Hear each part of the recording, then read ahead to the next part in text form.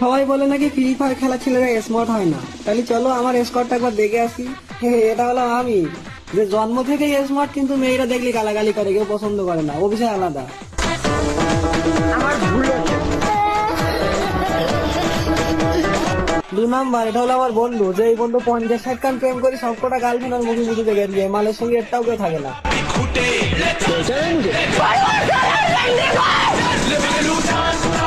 3 number, এই handsome আছে কিন্তু ভাই এর চরিত্র ভালো না, এ মেয়ে লোক দেখলি তো ফ্রেন্ড রিকোয়েস্ট পাঠায়।